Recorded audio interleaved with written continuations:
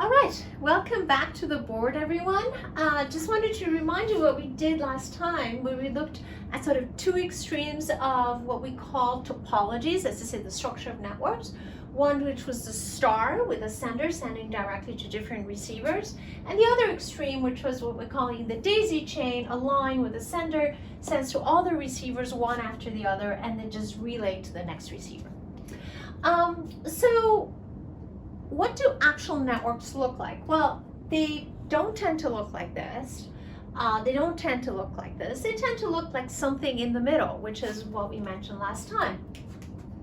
So maybe what you would have is a topology, say that we're still looking at a sender and several receivers. You would have a sender and you would have several receivers, and then you'd have what we call a mesh. That's to say a collection of different network nodes in between, not all of them needing to be a receiver by themselves. So maybe here's my sender,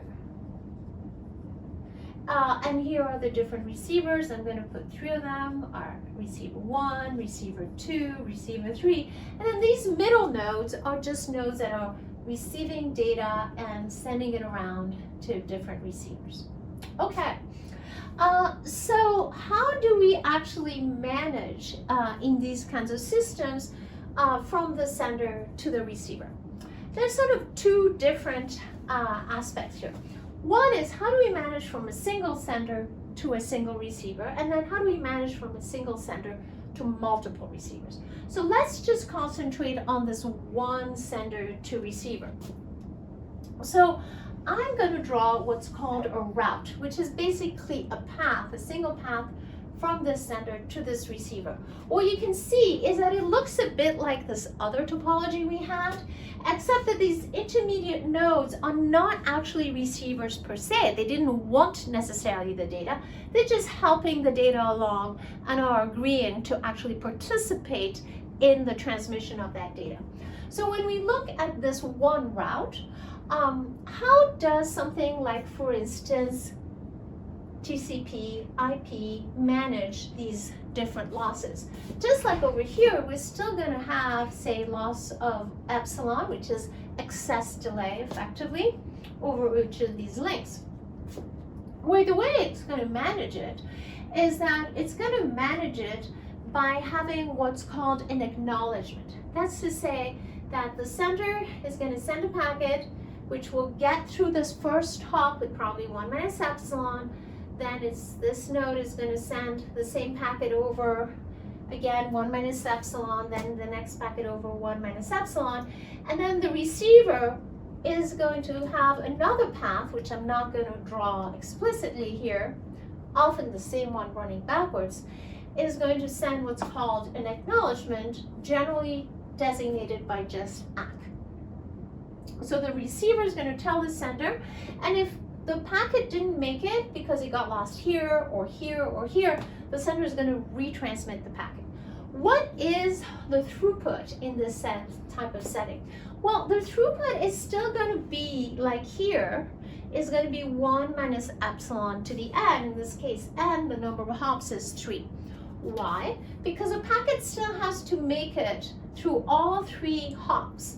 And if it doesn't make it through a hop, it has to be transmitted again. And those retransmissions lower the throughput because I have to send something yet again. So basically what will happen here is that that transmission needs to then go again through all of the 3 hops. As an example, suppose that a packet got through here okay, and it got through the second hop okay, and then it got lost in the third hop.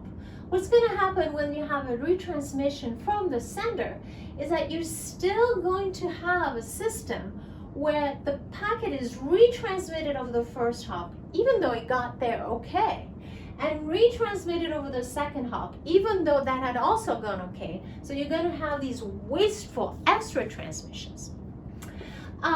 If instead you code, even if you have an acknowledgement from the receiver to the sender, just like what we had before here, you don't need to actually transmit again things that had been transmitted successfully before.